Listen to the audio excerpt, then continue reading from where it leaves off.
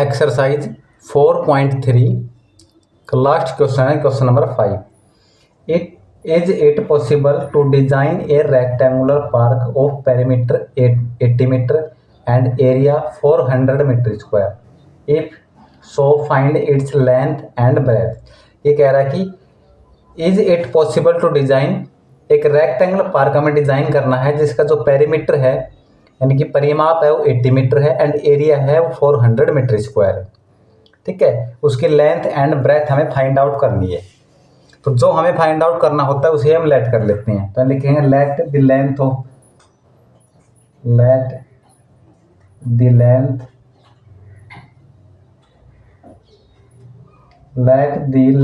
Of rectangle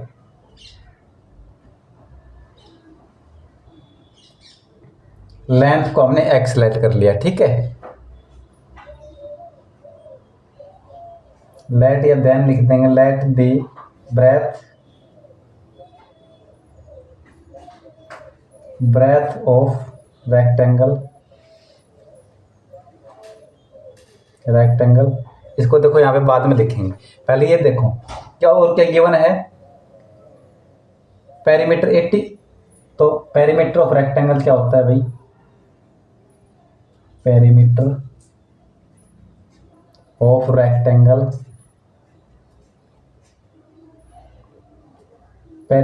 rectangle हमें क्या given है 80 मीटर। ठीक है, ध्यान से देखना, यहाँ से हम इसकी ब्रेथ को निकाल लेंगे। तो पेरीमीटर ऑफ रेक्टेंगल का जो पेरीमीटर है वो क्या है 80 मीटर। अब पेरीमीटर ऑफ रेक्टेंगल फॉर्मूला होता है 2 इंटू एल प्लस बी, यानी कि 2 इंटू लेंथ प्लस ब्रेथ। ये क्या होती है 80। ठीक है, ये गिवन है हमें। तो देखो यहाँ से L प्लस बी क्या हो जाएगा, L plus B is equal to 80 divide by 2। यहाँ 2 था, ये 2 को राइट साइड में लेके जाएंगे तो यहाँ पे मल्टीप्लाई में है, राइट साइड में जाएगा तो ये डिवाइड में हो जाएगा। इसको सोल्व करेंगे तो यहाँ से L प्लस बी आएगी, L plus B equal to 40। ठीक है, अब ये देखो यहाँ से हमने जो लेंथ क्या लेट की थी x, तो ब्रेथ में लेंथ और ब्रेथ का जो सम है वो 40 है। तो ब्रेथ को मैं 40 माइनस एक्स लिख दूं यहाँ से। ठीक है भाई, दोनों का जो मल्टीप्लाई, दोनों का जो सम है लेंथ और ब्रेथ का जो सम है वो 40 है। मान लो हमने जो लेंथ ली थी वो x ली है, लेंथ x है तो ब्रेथ हो जाएगी 40 माइनस एक्स। ठीक है, तो ये तो लेंथ हो गई, ये ब्रेथ हो गई। अब क्वेश्चन में गिवन है area of perimeter, area of rectangle का एरिया हमारे पास है 800 नहीं 400 है, 400 मीटर स्क्वायर।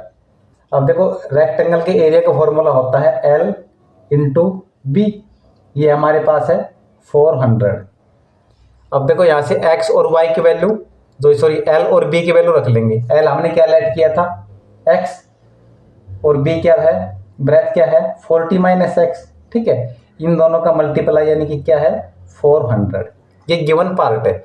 L हमने लेट किया था x और b हो गया 40 माइनस एक्स, यहाँ से लिया देखो लेंथ x और ब्रेथ क्या होगी 40 माइनस एक्स। इन दोनों का मल्टीप्लाई जो एरिया ऑफ रेक्टेंगल है वो आएगा 400 मीटर स्क्वायर। अब देखो इनको सोल्व करेंगे तो क्या आएगा 40x minus x square is equal to 400। इन दोनों को हम राइट साइड में लेके जाएंगे तो जो माइनस एक्स स्क्वायर ये हो जाएगा प्लस का एक्स स्क्वायर। ठीक है, 40x है ये माइनस का 40x, ये प्लस का ऑलरेडी है राइट साइड में, ये किसके इक्वल होगा 0 के। पर इन सब को हम राइट साइड में लेके जाएंगे। यहाँ 400 देखो पहले से प्लस में, ठीक है, माइनस एक्स स्क्वायर है ये राइट साइड में जाएगा तो ये प्लस का हो जाएगा। 40x है ये प्लस का है, यहाँ पे इसकी साइड चेंज हो गई तो ये माइनस का हो जाएगा। अब ये आएगा x square minus 40x plus 400, ये क्वाड्रेटिक इक्वेशन है। ठीक है, अब देखो क्या करेंगे, इसको पहले चेक करेंगे कि इसके कौन से रूट फाइंड आउट होंगे। उसके लिए हम क्या चेक करते हैं डी यानी कि डिस्क्रीमेंट, उसका फॉर्मूला होता है बी स्क्वायर माइनस 4ac। अब यहाँ पे देखो भाई, यहाँ पे ए क्या है हमारे पास, ए होता है एक्स स्क्वायर कोफिशिएंट 1 है और बी क्या है ये है माइनस 40 और सी हमारे पास है 400। क्वाड्रेटिक इक्वेशन में जो एक्स स्क्वायर का कोफिशिएंट होता है वो ए होता है और x का जो कोफिशिएंट है वो b होता है और जो कांस्टेंट टर्म होती है लास्ट में वो c होती है। तो यह इस क्वाड्रेटिक इक्वेशन में a 1 है, b -40 है और c 400 है। तो इस फॉर्मूले में डिस्क्रीमेंट का फॉर्मूला है b स्क्वायर माइनस 4ac। यहाँ पे वैल्यू पुट करेंगे तो ये आएगा, देखो b स्क्वायर क्या है, -4, 40 का स्क्वायर -4, a की वैल्यू है 1 और c की वैल्यू है 400। इनको सिंपल करेंगे तो ये आएगा 1600 -1600, दोनों का इनको सिंपल करेंगे तो यहाँ आएगा 0।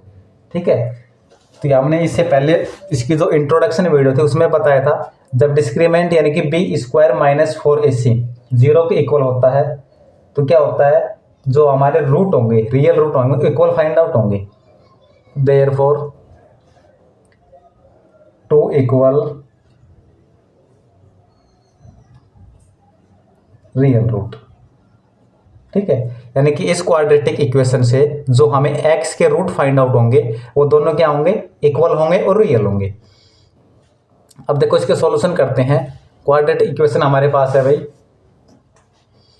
जो क्वाड्रेटिक इक्वेशन है वो है x स्क्वायर -40x + 400 = 0।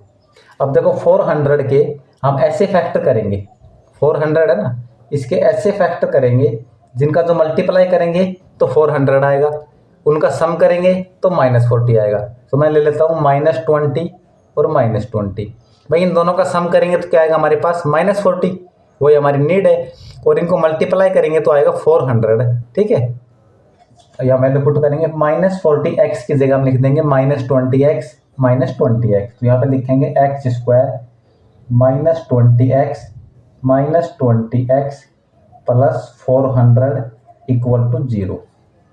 अब यहाँ से देखो x कॉमन लेंगे तो ये आएगा x -20, यहाँ से -20 कॉमन लेंगे तो ये आएगा x -20 = 0। अब यहाँ से एक तो x की वैल्यू आ जाएगी x -20, एक तो आ जाएगा भाई x -20 जो ब्रैकेट के अंदर है वो वाला पार्ट, एक जो ब्रैकेट के बाहर है x -20, ये भी यही है, तो x -20। अब इन दोनों को 0 के इक्वल करेंगे 1 by 1। अब इन दोनों को 0 के इक्वल करेंगे तो आएगा x -20 = 0। तो यहाँ से x की वैल्यू आएगी 20। ठीक है, यहाँ से करेंगे x -20 = 0, तो यहाँ से भी x की वैल्यू आएगी 20। तो अब देखो x की वैल्यू दोनों 20 है, हमने क्या लिखा था कि जो वैल्यू आएगी वो दोनों इक्वल आएंगी। तो यहाँ लिखेंगे दी लेंथ ऑफ रेक्टेंगल, हमने x लेट की थी तो x की वैल्यू है 20। ठीक है, लेंथ इसकी 20 मीटर है। अब दी ब्रेथ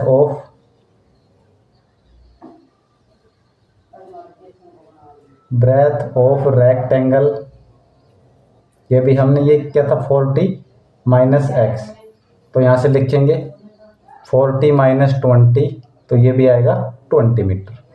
ठीक है भाई, तो आज हमारी एक्सरसाइज 4.3 कंप्लीट हो गई है।